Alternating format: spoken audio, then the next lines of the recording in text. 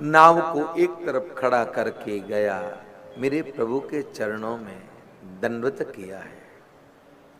जैसे ही केवट दंडवत करने लगा, लखन जी ने कहा क्यों रे, उधर तो बड़ा अकड़ रहा था, अब क्या हुआ?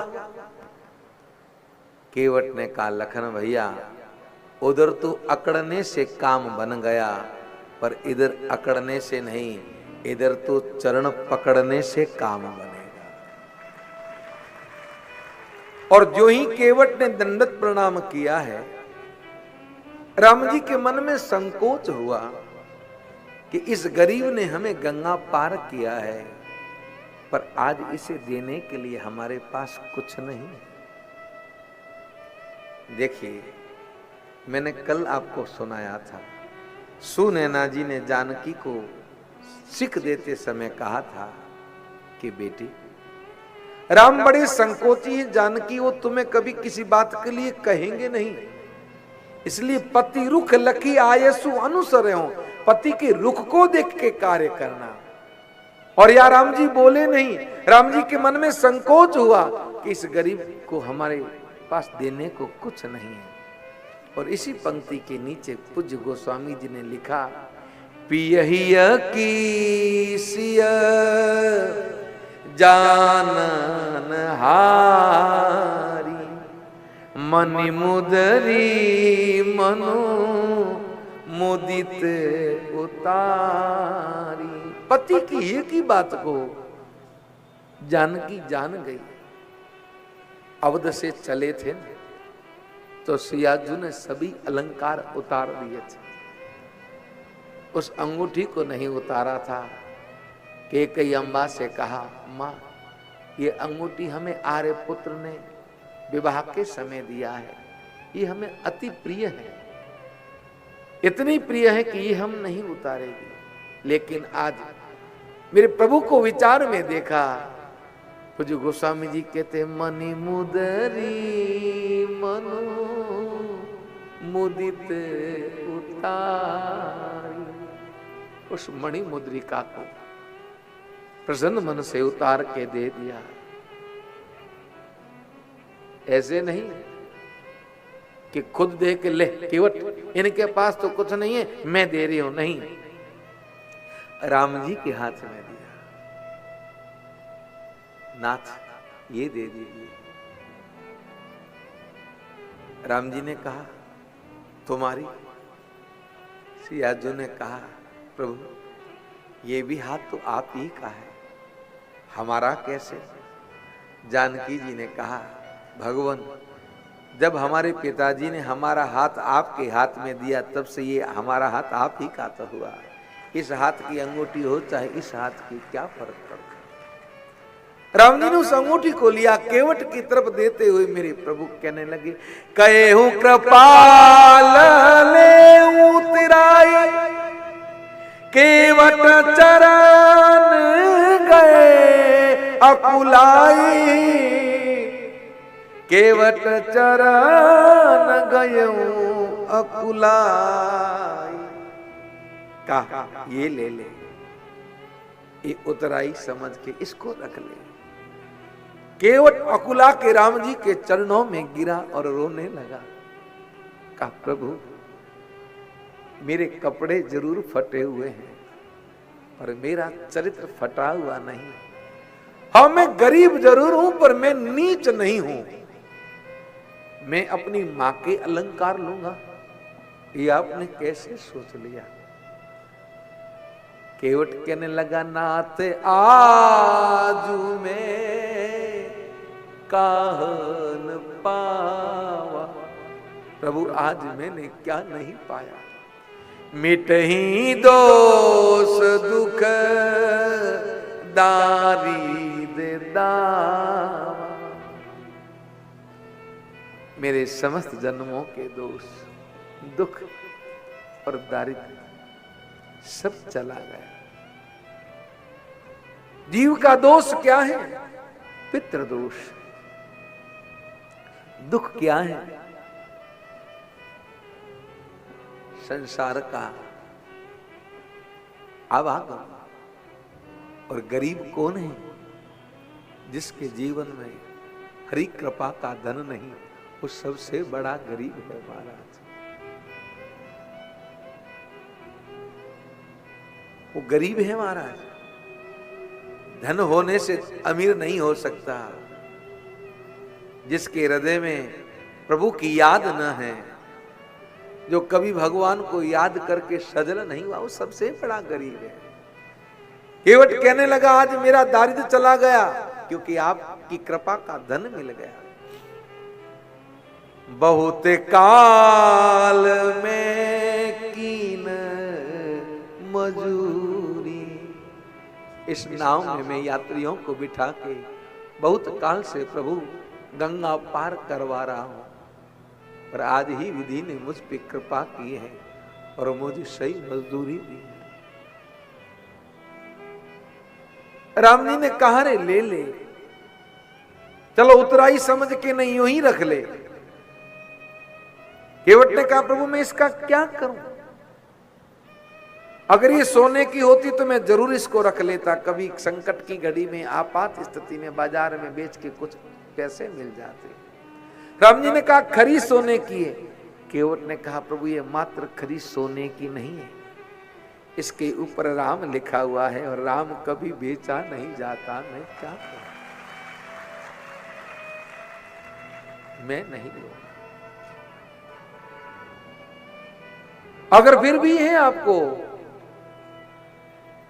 फिरती बार प्रभु जो मोहि देवा, सो प्रसाद में सिर धरी लेवा। आप वापस आते समय हमें जो भी देंगे उसे हम स्वीकार करेंगे।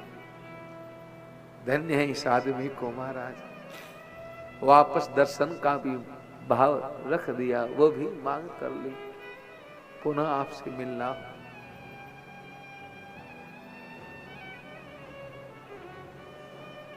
बहुत कहा केवट को, बहुत कीन प्रभु लखन सिय नहीं कछु केवट लेन। विदा कीन करुणायतन भगति विमल बर दे। बहुत कहा केवट को ले रे, लेकिन जब नहीं लिया तो मेरे प्रभु बिना दिए जाने देंगे। वो दिया है केवट को जिसके लिए मुनि योगी धीर ज्ञानी ललायित रहते हैं। विदा कीन करुणायतन, राम जी ने विदा किया है केवट को। क्या दिया? भगति विमल वर दे, भक्ति और विमल मन। केवट से कहा कि अब तुम जाओ। केवट प्रभु के चरणों में गिर पड़ा और कहने लगा जाऊं कहाँ तजी चरण तिहारे। मैं कहां जाऊं आपके चरणों को छोड़ के।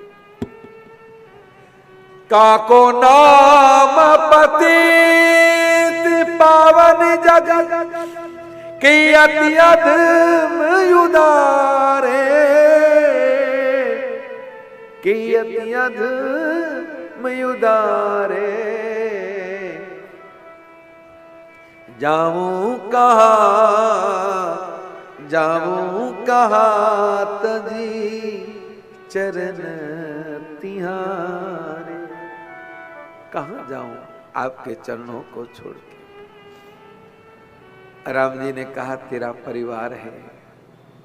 केवट कहने लगा अब तो इतनी कृपा कर दो कि सब तजी भजन करो दिन राति।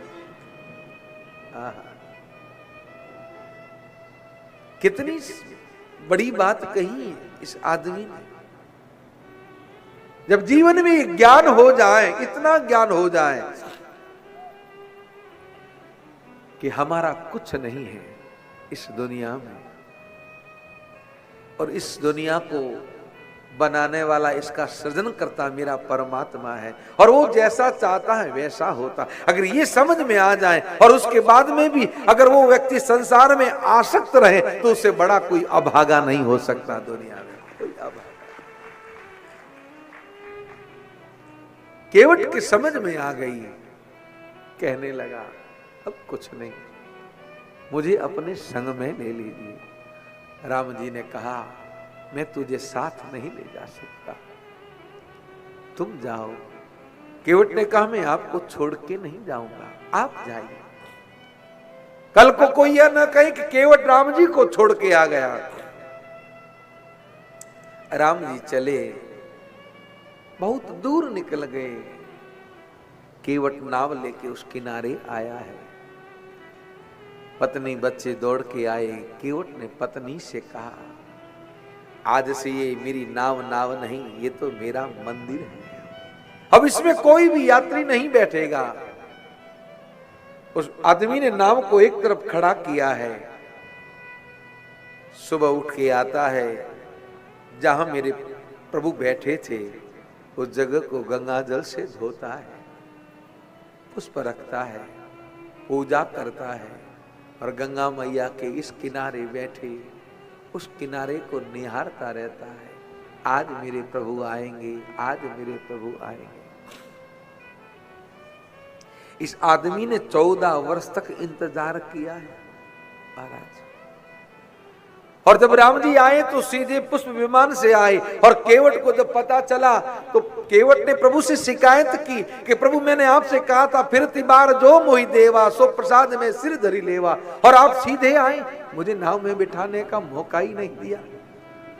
राम जी ने कहा रे केवट, समय की अवधि पूरी हो चुकी थी, अगर मैं तेरी नाव में बैठ के आने का भाव रखता तो भरत अपने प्राण त्याग देता, और भरत के प्राणों की रक्षा के लिए मुझे सीधा आना पड़ा।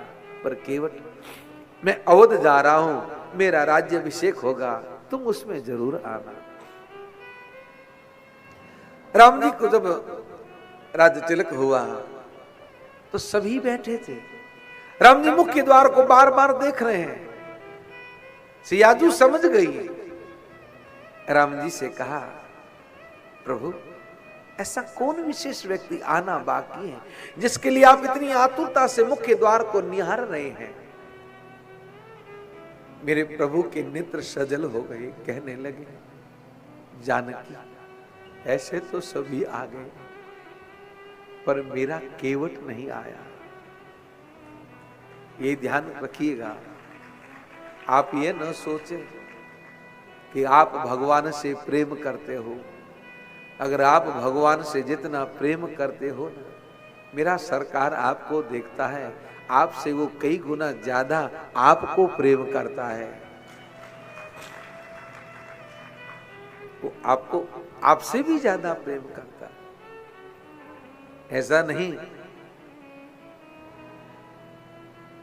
उद्धव जी ने पूछा था कन्हैया को, कृष्ण तुम अकेले कोने में क्या करते रहते हो, छुप के क्या करते हो? भगवान श्री कृष्ण ने कहा उद्धव, मुझे जब ब्रज की याद आती है, मुझे गोपियों की और मां यशोदा की याद आती है, तो मैं अपने आंसुओं को रोक नहीं पाता। सबके सामने कैसे रोक, इसलिए कोने में बैठ के अपने आंसुओं को बहा के मन को हल्का कर लेता। ऐसा न सोचो, आप भगवान को याद करते हैं, मेरा परमात्मा आपको उतना ही याद करता है, और वो अति प्रिय होते हैं मेरे प्रभु के। जो अपना जीवन उनके चरणों में समर्पित कर देते हैं, वो उनकी अति प्रिय है। ध्यान रखें।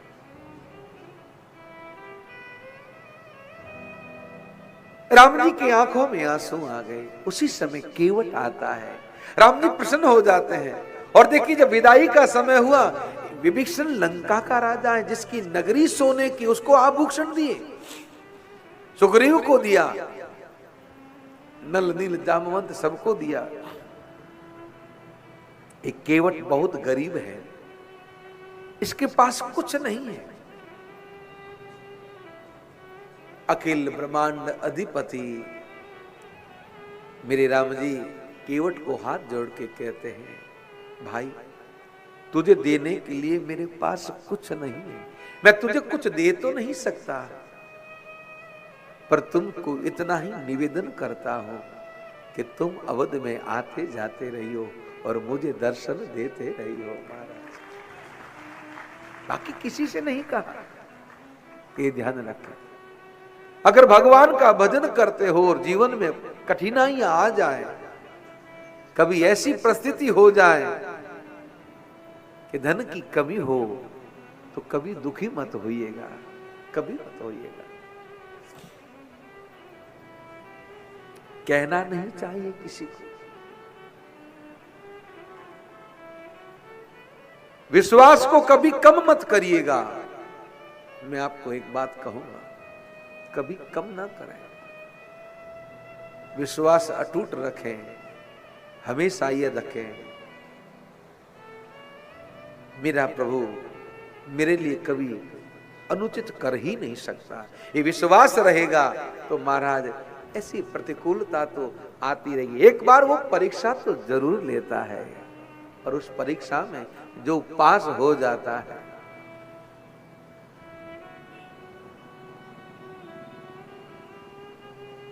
एक बात ध्यान रखें,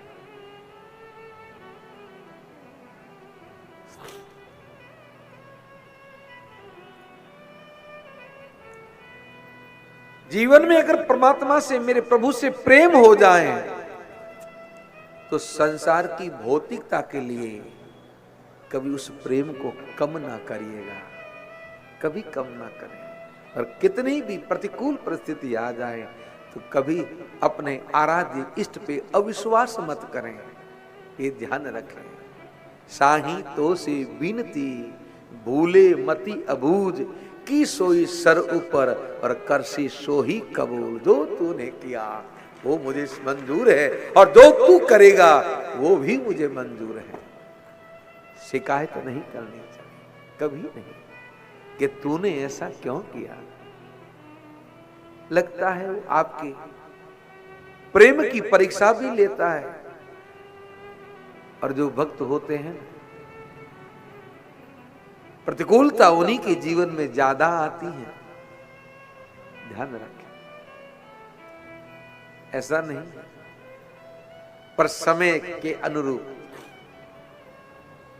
अभी वो समय नहीं कि इतनी आपकी कठिन परीक्षा ली जाए, लेकिन थोड़ी बहुत तो महाराज देनी पड़ती है। उस समय प्रेम कम हो जाए, मैं तो कहता हूं सभी छोड़ दें, सभी किनारा कर लें, तो चिंता ना करियो। मुझे है काम ईश्वर से, जगत रूठे तो रूठ न दे। रूठ जाए तो रूठ जाए, कोई फर्क नहीं पड़ता, पर अपनी आस्था निष्ठा को कभी कम ना करो। बस केवट को कुछ नहीं दिया, जबकि उसके सबसे ज्यादा आवश्यकता थी उसे। पर राम जी कह रहे हैं, तुझे देने के लिए मेरे पास कुछ नहीं,